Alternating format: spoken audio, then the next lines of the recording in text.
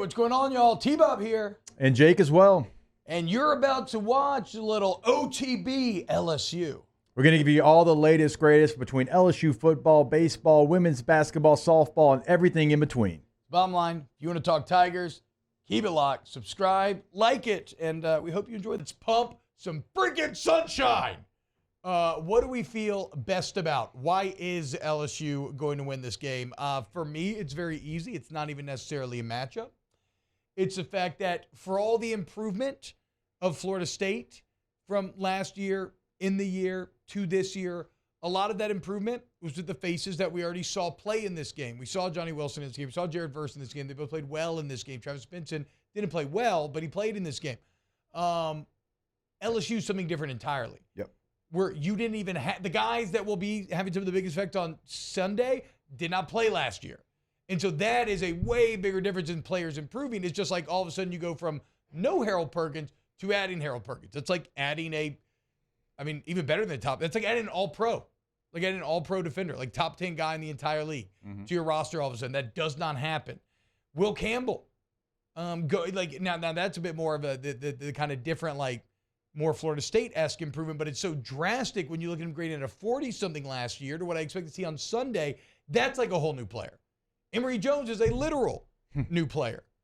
Mason Taylor stuck. Like it's so yes, Florida State got better, but LSU got better and had guys that didn't even factor in last year that are going to be key, crucial roles this year, and that makes me feel really good about this game. I completely piggyback. I mean, that's going to be my point. You have a different Will Campbell. You actually have an Emory Jones, like T-Bob mentioned, all the new that you have. And I know, even I'm getting tired of me talking about Omar Speights, but I just want you to know what kind of player he was at Oregon State, because a lot of y'all are not staying up and watching Pac-12 after dark. I mean, even if you wanted to find the USC game, all joke, like, you couldn't. You literally could not find it unless you were that one person that had a login for that one cable provider that nobody's ever heard of. He is a first-team all-conference linebacker that was a position of need for you. Not only was it a need for you, but it allows you to do so many things with your best defensive player, Harold Perkins. So I cannot wait to see how that plays out. That's one of the things that Florida State has not seen yet. We could continue. They hadn't seen a Mason Taylor that is somebody that grew and grew and grew. They saw a Mason Taylor that struggled in this game, and all of us would have struggled. His first game out of the gates, and he is kind of being a feature in this game. Look at what he was by the time you got to the Alabama game, catching that touchdown, catching the two-point conversion, never had a doubt. So you saw this version of LSU, but not in its final form. And I feel like LSU saw the final form of Florida State way more than you've seen LSU's final form. And so that's what gives me hope and gets me excited about this game is now they get to see the young Tigers, the old Cubs, now start to become true grown-ass Tigers. Now, if I want to play devil's advocate, Florida's going to have some new faces as well. And guys like Keon Coleman went to right. Maybe most importantly, Fintrell Cypress, who's going to be like a top 10 corner that transferred in. But even Cypress, I don't think comes to a level of a Perkins. And I don't think Coleman comes to a level of the improvement of the tackles there or an Omar Speights. So even with the new faces from Florida State, I don't think they're as impactful as the new faces for LSU. Right, it's a great point. They've done a lot, and they return the second most production in college football. So, look, this is a very veteran team. We all understand that.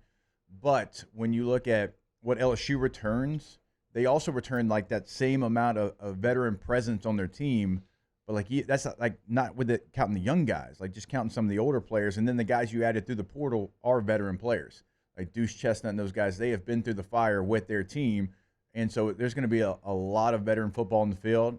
It's going to be so much cleaner than it was a year ago. Last year's game, it was chaotic and it was fun. It was dirty as hell. Garbage. I mean, if you go back and you watch it, that was a poorly played football game from both teams. It was, Gus Johnson had a call last night that blew my mind when Nebraska scores that first touchdown on the throwback where there's fumble, the third touchdown. He called it a chicken salad of a play. And it that doesn't make sense, but it actually makes perfect sense. It's one of those calls where you can't explain why it works, but you're like, yeah, that was a chicken salad play. Last year was a chicken salad game between LSU and FSU. This is going to be something much more akin to like a beautifully done steak, perfectly medium rare, with absolutely like delicious sides and tasty red wine to wash it all down. That call last night was so good, though. All right, things we're excited about for Sunday. What we got? Who wants to go? Take the mic. Take the initiative. Somebody take the ball. Fine, I'll go. I'm excited to watch Malik Neighbors this season, and specifically this first game. This could be like a revenge spot for him. Muffed the 2 punts last year. I honestly, like, he gets a lot of love here and nationally, but I still think he's a little underrated. Like, he's, in my opinion, by far the best receiver on the team. He can play himself into being a first-round pick. And like I said, after what he did last year against FSU, I think he's going to have a big game. Yeah, I mean, he probably thinks of himself like as a Marvin Harrison Jr. caliber talent, but you're right. Nobody really around the country does, even though he does get a lot of respect. He should have been the featured guy last year, not Kayshon Boutte. Now he'll get an opportunity to. I mean, he ends up being it. But yes, but we should have known it from the jump. Yeah, and you were forcing ball to Kayshon. That won't exist like this year. Everybody knows their role much clearer and better coming out of camp. And he's a very diverse player. Like, you saw the jet sweep against Purdue. I think LSU can kind of use him in more ways. I agree. And Aaron Anderson's going to be running that jet sweep now. Yeah. Yeah. Hey, gosh, how excited are we to see him? Speaking of things we're looking forward to. True. Someone that gives you that dynamic in the return game. And, look, I know we're putting a lot of pressure on him, and so I'm still going to be holding my breath on that first punt just because of the pressure we've probably put on him. But last year, I mean, it was such a hindrance for you. Like, that was such a phase that you were just so bad and never could get to where it was just okay. Never could just get to a middle of the row special teams unit. Like, you couldn't get there. And I don't think you had the ability to because of where you were and how you started. And it cost you games last year. I mean, one game for sure it cost you. In the Tennessee game, you probably were going to lose that game. But the way it started and just time and time again, it's like, man, this cost you. You have to fix this. And so they have wholesale changes with the coaching staff and the personnel out there on the field. So special teams, war daddies, let's go. Taylor, you got anything that excites you about Sunday? Yeah, and to kind of, piggyback off of what both of y'all said, like the returning production, the experience, but I want to highlight one area in particular. This offensive line, you return all 5 starters from the end of the year last year. You've heard Brian Kelly say it all offseason. He goes, look, a week before the game, I had no idea who my starting 5 are going to be on the offensive line. Yeah. And it showed in that game. I mean, you talked about Will Campbell grading out at a 40, like, really, no one had that great of a game. You had Garrett Dellinger playing center, so he was playing out of position. Mm-hmm. Look, for someone who's been out there practicing, this offensive line has the ability to be really, really good this year. Everyone wants to talk about the LSU defensive line. They have not gotten the better, at least on a consistent basis, of that LSU offensive line. They've held their own. They've looked even better at times in fall camp. That was my surprise of fall camp, was how good this offensive line looked. It was a big issue in this game last year. If they can play up to their potential, that could really help. Agreed. I agree. So that's kind of my. I don't think, to Taylor's point though, T, I don't think that the rest of the country, the rest of the SEC, whoever we're throwing in there, knows how good this offensive line can be and has been in camp. Like, I mean, I don't have Phil Steele. I think it's like 23rd offensive line in the country. They're better for LSU. That. Yeah, I'm pretty sure. I feel like most groups, like PFF had a top 10 in the country. So I feel like some publications at least are giving them their just due. But they did have Florida State. It was like 8-6, so not a big deal. But they had Florida State barely ahead.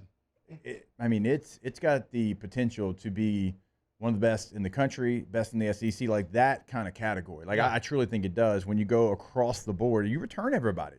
Now, you lose Anthony Bradford, but you replace him with someone who was a starter.